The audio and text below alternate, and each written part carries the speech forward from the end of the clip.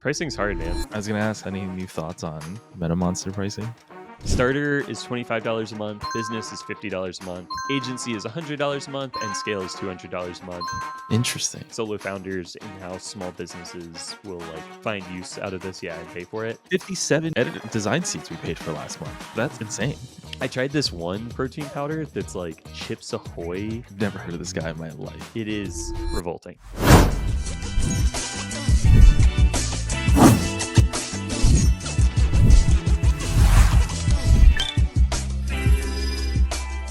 How you doing? I'm good. Dude, I just made the best fucking sandwich. Okay. Tell me about it. We just bought a cookbook. This guy, he's like a sandwich influencer. I don't know. He makes YouTube videos and clips, and his whole thing is sandwiches. He's made 300 sandwiches or something. So he finally came out with a cookbook. I love a good sandwich. Bought the cookbook. First recipe, pretty fucking good. It was like a homemade pesto on sourdough with a chili crisp mayo and turkey Parmesan crisps, where you fry Parmesan until it becomes a crunchy wheel of cheese, red onion, banana pepper. Okay. Really, really good. Maybe the best sandwich I've had in at least 6 months. Okay. I'd never heard of this guy in my life, but did you find him? Yeah, I found him. What's his name? Owen Han. Owen Han. Owen Han, the Sandwich King. Interesting. What a great niche, right? I want to be the Sandwich King. That's such a fun place to live in and play in. You just got to be a chiseled Asian. Yeah, I mean, he is jacked and very attractive. Hair. But yeah, I mean, he just makes videos of himself making sandwiches and eating them. I'm sure it has its own ups and downs and pressure and whatnot. As content creation niches go, seems like a pretty decent one. I don't know. I feel like you might run out of sandwiches. I mean, I guess not, but I don't know. I mean, who am I to say? I don't know shit about content creation. Yeah, what do you do when making sandwiches is no longer fulfilling for you? You've got to elevate your game somehow. It's only filling, not fulfilling. I don't know. Switch the wraps. There we go. What's going on with you? Well, speaking of food, I've gotten really into Liquid Death. I've probably drank at least $50 worth of Liquid Death in the past week. Yeah. God damn. You know that shit's just, you can get that stuff out of the tap flavored in your ones, kitchen. The flavored. Right? Yeah. There's tea. Okay, There's some that have tea, but they're low sugar. So I got a tall boy here that's green tea. They made a flavored soda, sparkling water, which is 2 grams of sugar. They're not very good, to be honest with you. The other ones are better. There's a lime seltzer one that's really good. Yeah. Unfortunately, sugar is part of what makes things taste good. So when you do the low sugar stuff, it just doesn't taste as good usually.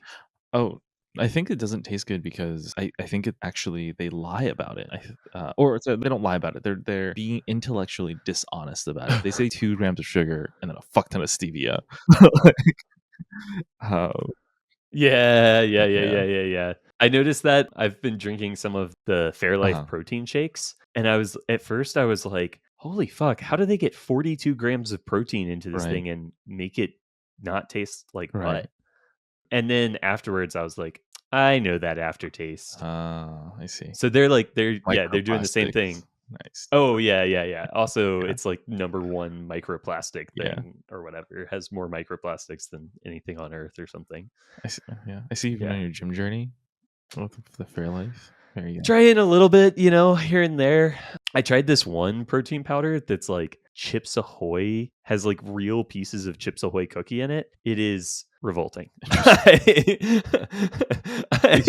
I ordered it because it had really good reviews, and I was like, I don't know, maybe I should try it. And the first time I drank it, I was like, oh, that was surprisingly good. It kind of tasted like milk and cookies. And then the second one, I was like, no, this is bad. This is really bad. It's disgusting. Yeah. Okay. Good to know. Won't try it. We'll keep drinking my Liquid Death. Speaking of spend, my entire week has just been spend. We are trying to consolidate a lot of our SaaS spend. The nice thing when you hire a great sign of high agency people is that they just will blow their own money on a tool if they need it, right? They're like, I'm not gonna fucking wait for you to get me this thing. I'm just gonna buy it. The bad thing is, as a company, you don't you kind of want some level of I don't know. I don't think my designers should be paying for their own AI tooling and whatever. Yeah. Yeah, they definitely shouldn't. It shouldn't be. That being said, I have to wrestle some of it away from them. I'm like, just let me pay for it. You have everyone has a card here, like with a budget that they can just spend on tools. But I think they feel bad. But so we're trying to centralize it. We just dropped a bunch of money on. Wait, I don't have a card. You don't come to our lunch and learns. That's the problem. That's your. If you came to our, everyone has a card so that they can order lunch for themselves. Just saying. I'm teasing. All right, noted. I didn't realize the lunch and learn actually came with lunch. Yeah. People don't really eat on the call. They kind of just order it afterwards. But just spend a bunch of money on Claude, and then just had one more pitch. Dude, this guy's from Figma has been blowing up my phone for the past 2+ weeks. What does Figma want you to spend more money on? Like what do you get for that? To go from like professional to organization plan, you get like shared library, shared fonts, better like workspaces and stuff. Shared fonts would be kind of nice, actually. It Like, is. I'm constantly opening files that designers create and then being like, fuck, I can't edit the text. Yeah. But that's like, that doesn't have to be in Figma. You know, you could just have better, like running your own font server, for example, is not the worst thing in the world. A lot of agencies do it, from what I hear. Or just fucking Google Drive and everyone can download it, and then it would be fine to use. So I'm kind of iffy on it. You get like shared libraries, which is nice, right? You can't like accidentally import a different client's library into this one, because we organize clients by folder instead of workspace. You get unlimited that. You get like, there's like nice things to have. I'm not positive. Yeah, it definitely seems like kind of, putting my product hat on and like wondering what it's Right. like to be in Figma's shoes totally makes sense that they're trying to create more revenue expansion by, Mhm. moving people up a pricing tier. And sounds like it's primarily feature gated. Like, Yeah. Like, Yeah. I think everyone gets unlimited projects and files and stuff in Figma. Interesting. Sounds like I can imagine there are lots of conversations happening in Figma right now that are like, fuck, our pro plan or whatever isn't good Yeah. enough. Yeah, it kind of sounds like it isn't. Yeah. It's not as bad as Netflix, right? With the whole extra dollar every couple of years or something like that. I kind of want. There's also branching and merging for what it's worth, which is kind of nice, kind of not. I don't know. I haven't made my decision yet. The price difference is not. There's also one more nice thing about this like legacy pricing. There's this idea that your billing cycle is 90 days instead of monthly. So we add a lot of clients to our workspace. We are really bad at cleaning that up, which is on us. I feel like this would not be a problem if we just clean it up all the time. But because we don't clean it up, we get billed for a lot of clients who are just editors in our Oh, yeah. spaces who don't do anything, and they don't go inactive, right? Yeah. I got the DM from JJ. I told her she could turn some people off. Yeah. We had 57 design seats we paid for last month. Yeah. Like, that's insane. We don't talk to 57 different people in an agency, even with like the larger companies. So That is actually talking about revenue expansion. Like Figma, by doing Yeah. that designer seat thing, Figma did create a ton of revenue expansion. The problem is it's not directly aligned with their users getting more value. And so it's like it ends up feeling kind of gross and icky. Yeah, considering it's the plan is like a more than double jump, so we'll see. Oh, the nice thing is that because we have 90 days, we have 90 days to remove them, and if they're removed anytime before the next billing cycle hits, then we're not billed for any of that. So all of that usage was effectively free the entire time, which is nice, and that's only available for the next 8 days, or they switch to the new plan, which is some other fucked up like pricing stuff that they want to do. So anyway, how is Pricing's hard, man. yeah. I was gonna ask how any new thoughts on MetaMonster pricing? I think we've got it pretty much figured out, at least like where we're going to start. Okay. I've been building the pricing page for the like sign up process. So we've got starter, business, agency, and scale as our 4 base plans. Starter is $25 a month, business is $50 a month, agency is $100 a month, and scale is $200 a month, all tied to page crawls. And then everyone gets unlimited generations, unlimited sites, unlimited users, except for starter, who just gets 1 site and 1 user. So the idea is basically like starter is just kind of an experiment to see if like solo founders, in-house small businesses will like find use out of this, and pay for it. My gut is no. Shout out to Mike Privet, who he's been using the tool a lot. And so I asked him for feedback on pricing the other day and then was like, you want to buy? And he was like, yeah, no. And I was like, fair. I would not buy if I were in your shoes. But I had to ask. It was good. It was good to ask. For now, actually, just counterpoint. Beehive has the whole like website creation thing that's come out. So I hope to see more and more creators have like actual newsletter creators have actual websites who will care about their stuff indexing. Mike's different because his stuff is like literally weekly. So He's actually been making a lot of oh yeah. changes based on the stuff he's seeing in MetaMaster, and he's been seeing result. You know, And he doesn't want to pay you know, for that bastard. but the thing is, so the reason he doesn't want to pay for Yeah. it is because this is more of like a one-time thing to him. Like he's Yeah. not publishing so much content that he can't do this himself moving forward. Or if he Right. does do it himself, he's not going to use anywhere near the like 500 pages. He would use like a Yeah. couple of pages a month or something like that. And so he was like, I would maybe pay for like credit packs if there was like a free account with credit packs, but that's just like not a route that we want to go Yeah. down. Fair. So honestly, the only thing I'm debating with pricing right now, I feel good enough about these tiers to start with. They're fine. It's basically like a small business tier and then 3 different agency tiers. The only thing I'm debating is I've been thinking of this Mhm. as our beta pricing and then thinking of like our launch pricing as double. And then I went back and watched some of Rob Walling's course Mhm. and forgot that he says like don't do lifetime discounts. Just don't do it. Like fine, he quotes Seth Godin saying Mhm. discounting is lazy marketing. And so now I'm like, should I just launch with 50, 100, 200, 400? I think you should. I think the thing is you can always relaunch if it doesn't work, you know? Yeah. See if people buy at that price. If people buy at that Yeah. price, it gives us a lot more room Yeah. to play. I just learned that you know Odoo or Odoo, the like everything. It's like a almost like a Zoho competitor or like a SAP competitor. It's like you get a CRM, you get a website builder, you get email Okay. marketing, blah blah blah Yep. blah. You get the first one for $1 and the rest of I yeah know yeah the yeah. type. They did Yeah. 500 million in revenue last year, coming off of in 2023 200 something million. I know, fucking crazy, right? Insane. Whoa. Yeah, yeah, yeah. It's wild. That kind of But growth at point that being is that size they is apparently they nuts. would change their pricing like Ugh. every year because they like couldn't figure it out in the beginning, That sounds which awful. also really fucked them for what Yeah, it's that worth. sounds Like, awful.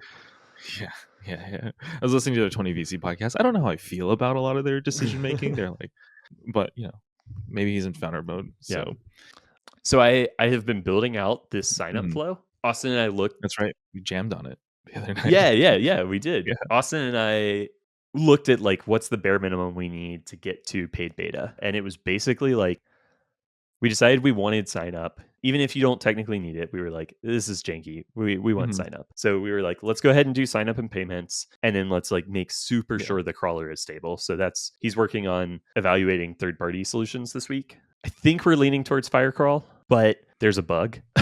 There seems to be a bug where it has like Cool. a flag for Cool. like don't crawl offsite links. So basically like if you link to something not from your page, you can accidentally like kick off like kind of infinite Okay. crawls where you're crawling like site after site. And that flag Oh. doesn't seem to be Uh working, oh. which is not great. Because that would drive our costs way up and also just like be a bad user experience. Like we had to fix that in our own Mm, crawler. He's trying to like talk to customer support right now to see if we can get that fixed. And if we can get that fixed, I think we're going to go with right. Firecrawl. We Right. also Right. looked into the one you sent me, Right. Gina.ai, which doesn't do crawling, but just does scraping. The Oh. only problem is so we have Yeah. one user right now whose site Yeah. handles 404s in a really weird way, and Yeah. our crawler doesn't recognize them Yeah. as 404s, and so it's like their crawl results are littered with a bunch of 404 pages, and then Gina couldn't tell they were 404s either. I mean, it sometimes can pick up on 404, so it has something to do with like some of the nuances and how the redirect, like whether I think it's like it's not fully a redirect. Like I think they're loading the page, they're just like swapping out the content with something weird and with how their CMS handles 404s makes it slightly harder to detect. But yeah, so Firecrawl can handle the 404s. Yeah, so Austin's been working on that, and then I've picked up the sign up and payments flow. And the fun thing is I've been using Cursor's agent build this whole thing, and it's been pretty impressive and like really fun. It feels almost like building something in Webflow to me because like, I'm not really writing a whole lot of code. I'm just like telling the agent, move that button here, move this here, make that pink, make this black.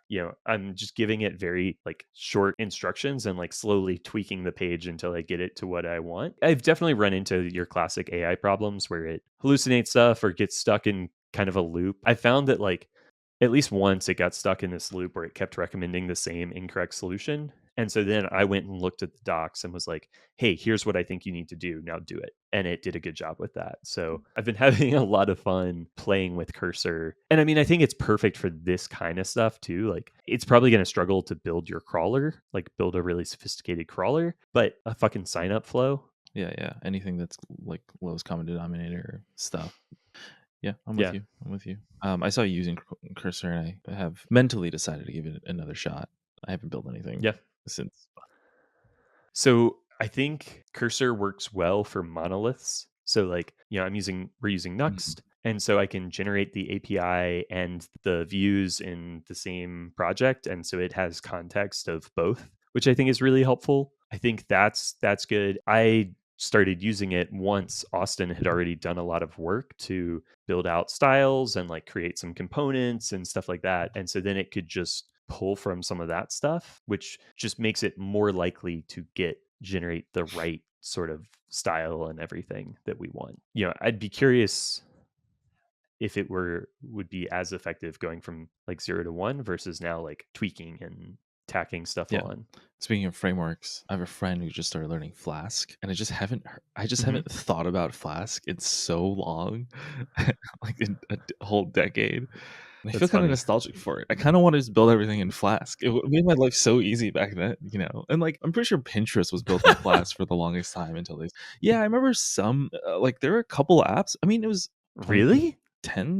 No, well, We built a couple of apps in Flask because like our mhm, first backend dev at Crit liked Python. And so he started off in Flask and then eventually yeah. moved over to Django. And then we were essentially a Django shop until we shut down Django on the back end and then like eventually Vue on the front end. Oh, I didn't know that. I didn't. Yeah. Oh, cool. Yeah. We would use Django in like API only mode. So we Gotcha. we lost Gotcha. some of the Gotcha. Gotcha. benefits of like building a true monolith, but yeah.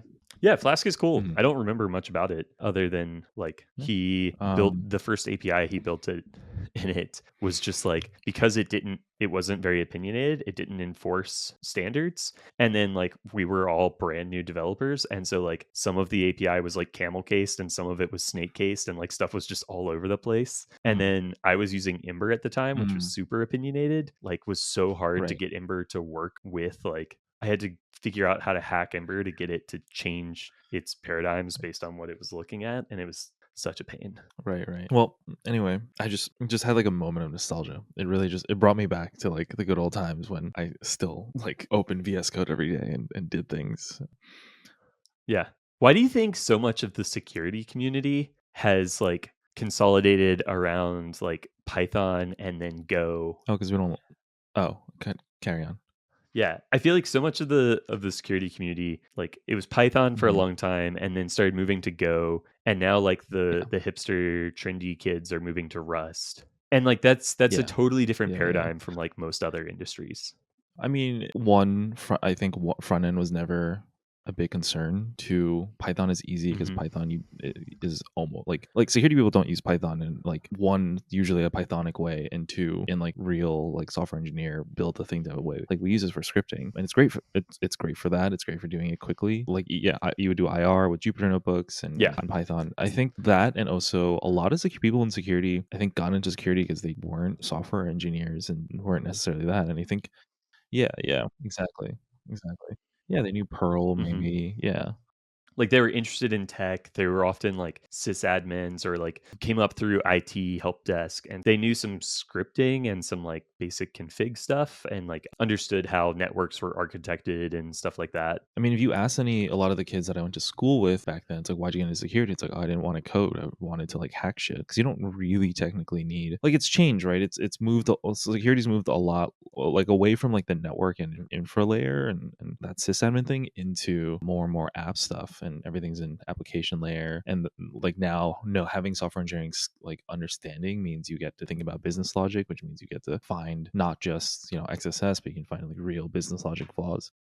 Yeah. Mhm. I think one of the things that was so hard for me about moving to full time at Grey Noise was Grey Noise is not that Mhm. way because Grey Noise Mhm. is all about the perimeter. It's all about the network. And so, like, to thrive at Grey Noise, you really Yeah. need to be able to think Yeah, like a yeah. sysadmin or like a network architect. And I came in like, oh, I'm technical. I'll be able to do this. But I'm like, I am Mhm. application technical Yeah. more than I am. And even then, I was always more of a front end guy. So, like, you start getting into the low level, how do applications work? And I start falling asleep a little bit. For what it's worth, same. I mean, like, I think one of my weakest parts of security, or was one of my weakest parts of security, took a lot of learning, was like software, like SEAs, like SBOMs, like all the app, like application security posture management stuff that's happened. Always more doing like endpoint things or yeah. And now I'm also like front end and thinking about pretty pixels and all that stuff. And abstracted. I've also just feel like I've abstracted any amount of like front end engineering into webflow. But anyway, this is, want to bring Flask up because it's just like I think Flask definitely ignited some level of like software engineering. I don't know, lust or interest, and then it died on the vine when I had to go work on like Google's OpenID Connect at an internship, and I didn't know what was going on. It was like a very like random project that they didn't. It was like anyway. It kind of died on the vine there, and then I got into Webflow and all that sort of stuff, and I haven't kind of revisited a lot of this. And then now the world is all like fucking Next.js, Laravel, Ruby, like all that stuff. So it's good to go back. To fully answer the question, I think they went from Python to Go because Go compiles, so it was faster as they kind of learned more of that. And then Rust was just always like new Go. Better Go. I do wish there was Mhm. less. This Yeah. is not a new take, but I wish there was less religion between frameworks. You know what I mean by that? Yeah, Like, I mean, but the thing is, you spend so much time learning one thing and getting good at it. You don't really want to like, yeah, you're not gonna shit on your own. You're gonna, yeah, but I just like, like I've been listening to Mostly Technical a lot uh-huh. lately, and they're both big Laravel guys. Yeah, I think Laravel's dope. I would love yeah, to learn Laravel at some point and like build something in it. I've always thought the Rails world was cool and like Rails developers yeah, were interesting and neat. And they like, to them, JavaScript people are like the trendy new kids who like Vercel, Supabase, Nux, JS, like those are the trendy new yeah, kids. They're always like, oh, these new kids think we're yeah, yeah, lame and like we're stupid and like, yeah. but when have you ever seen anything real built in Nux JS? And I'm like, come on, man. I'm just using the shit because I'm a front end guy. So JavaScript is what I know. And I'm like trying to move as fast as I can. And so it's faster for me to like write shit in JavaScript than it is to like learn PHP and a new framework at the same time. It's like, I think you're cool. Why you gotta shit on my Yeah. thing? All right, for what it's worth, JavaScript kids on Twitter do shit on Laravel and Ruby like often. Yeah. And that's lame. Laravel and Ruby are dope, but everyone should just use whatever is easiest for them to build stuff, and then you should just build more stuff. Building stuff is the cool thing, not the fucking framework you choose. Yeah, I also think you're like, I mean, it's just X. I think it's mostly X, and I think X loves rage bait. You Yeah, know? this is on a podcast that they're saying this shit, Oh, not on I X. see. I mean, they might have also been saying it on X, but I'm not there Sure. anymore. So Fair, fair. Well, it's a shithole on there anyway. So, do you still log into Blue Sky? occasionally, yeah, I Okay, deleted all scrolly apps from my phone, all the scrolly ones, that's but right. I still check That's right. LinkedIn and Blue Sky and still kind of use those. I really want to do a little social campaign this week. I want to just post something where I say like, send me your website and I'll tell you what Mhm. MetaMonster has to say about it, and see if I can get a bunch of people to reply with just like their website, and then send them like, okay, here's how many missing meta descriptions you have. Here's what MetaMonster generated. Roast Monster, Monster Yeah. Roast. Neither of those are good names, but But yeah. cool. Like do like a little teardown for people in Cool. public. Let me know when you do it. I'll throw my site at the wall. Yeah, Sick, sick, I'll sick, pretend. sick. You know. Yeah, I think I'm gonna try to do it on Friday. Cool. Nice Valentine's Day. Yeah, a little I like it. Valentine's Day roast. Maybe I Yeah. can use that somehow. Yeah. Sharing the love. Yeah. Sharing the love. 5 out of 5 hearts. I mean, you don't have to make it. You don't have to make it like a roast. It could be all love. It could be positive. Yeah, Yeah. I think we're almost out of time. So what I'll call it. yeah, cool. Yeah, we Cool. can keep this one short and sweet. What are you gonna do next week? What are you gonna do between now and next Get into another podcast? fight with you, obviously. No. Let's spend the 5 minutes we have left thinking about this. I want you to hold me accountable by the time we record our next podcast. I want it to be Okay. possible to sign up for MetaMonster Okay. and start a free trial with a credit card. Okay. Like the feature. Yeah, the thing I'm working on. I Okay. want it to be done by next week. Okay, I'm writing it down in big marker on my notebook. You see, no one can see this on the podcast. Andrew can, but I don't know. What am I gonna do next week? You want a Valentine's Day date? I have no Ooh, idea. where are you going? I do know. Just like pizza in Brooklyn, stuff like that. Nothing. Yeah, just nothing like a good New York slice. Okay, all right. I mean, you're not wrong. Yeah, As long as y'all I are think both into low like low key, key chill dates, then probably that's like perfect. play video games together or something like that. Nothing crazy. Sounds like a nice night. Nice. Yeah, I think we're just gonna make dinner at home. I'm gonna make a steak with like this red wine cherry sauce that I haven't Not a made in a while. sandwich. It's not Is it a steak sandwich? Nope, not No. a sandwich. Okay. What am I gonna get done by next week? It's really sad that I can't give you a straight answer. By the way, I mean, you've got a million things going on with you gonna hire somebody, you gonna make a budget for the SaaS thing, you gonna roll out a new feature on copy work. no new feature in copy work. JJ is out next week, so I'm trying not to do the SaaS stuff without her. Maybe I'll work on like PRD stuff, or I mean, I've been okay. This is another stupid project that I've set myself up on. That I'm dreaming about is like this like webflow change log thing, not for our customers, just as I've been like realizing that we need some level of like governance because people are just out here pushing things, man. Like clients should be out here just hitting publish, and then they're like, why is this problem here? I'm like, because CSS classes don't like if you make a change. Yeah. Dude, I would love for one of us to release like a step one business, like release a one-time payment webflow app or something like that. I keep wanting to take what I built with chart juice and see if I can build a little one-time payment like graph generator for webflow, but I just haven't made the time yet. So I would love for one of us to build a little one-time payment bit of software and see if we can sell it. I mean, one of the things we run into is like brand kits with clients. Right now we have to, so that's another idea. This is part of like me thinking about Flask as well, because it's such a simple, like it's just a place where you can log in and choose the colors, upload a logo, put some files up there, and then give it to a client. They can download it and they can share it around and download it whenever. Is that not best solved by like a Google Drive folder? Yeah, but it's different. It's not like a brand one pager. It doesn't feel like it is. You're right. It is solved by Google Drive. Yeah. Okay. Fine. Fair enough. It is how we currently solve it for what it's worth, but it's not like, I don't know, it's not like nice. You can't also choose like the colors there and like copy the hex or like see what your Pantone colors are. You still have to give them a That's true. PDF, so it's just a Yeah. digitized version of that PDF. I mean, seems like a fun idea to build. Yeah. I feel like Ian and Aaron on Mostly Technical talk about how Ian is always like the no man, and I feel like I am 100% the no man for our relationship. I'm like, Which one is the one with glasses? That's Aaron, I think. Okay. Yeah. You're the no man, for sure. Yeah. I'm the old soul who's like, Sean, I spent years wasting time on shit that never went anywhere. Don't waste time. Just make money. Just take all the money out of MetaMonster. I feel like that's my usual refrain. Yeah. Yeah. I feel like the note. What is his name again? Ian, right? He's the one who did the course first, right? Because they both run courses.